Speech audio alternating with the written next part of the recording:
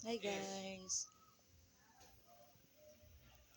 Kain po tayo guys. Ang sasarap ng mga pagkain sa bahay ng kaibigan ko. Pinsan pala. Ito yung mga pagkain, ang dami. Kaya maraming bisita kanina. Marinot kasi ka. Pag ganito kasi sa province, pag fiesta, maraming handa. May lechon, labas.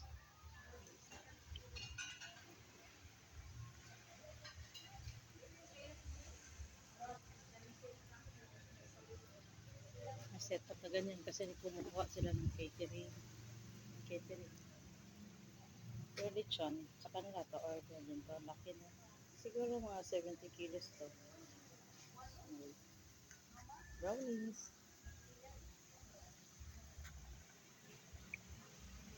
Hanggang mamayang hapon to guys, hanggang dinner. Kasi yung mga piyesta dito sa amin sa province, Bohol. From lunch to dinner. Maraming tao, ano yung kain.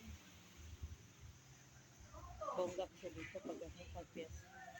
Eh, ito naman yung may-ari, retired ship captain. Yes, malaki yung house nila.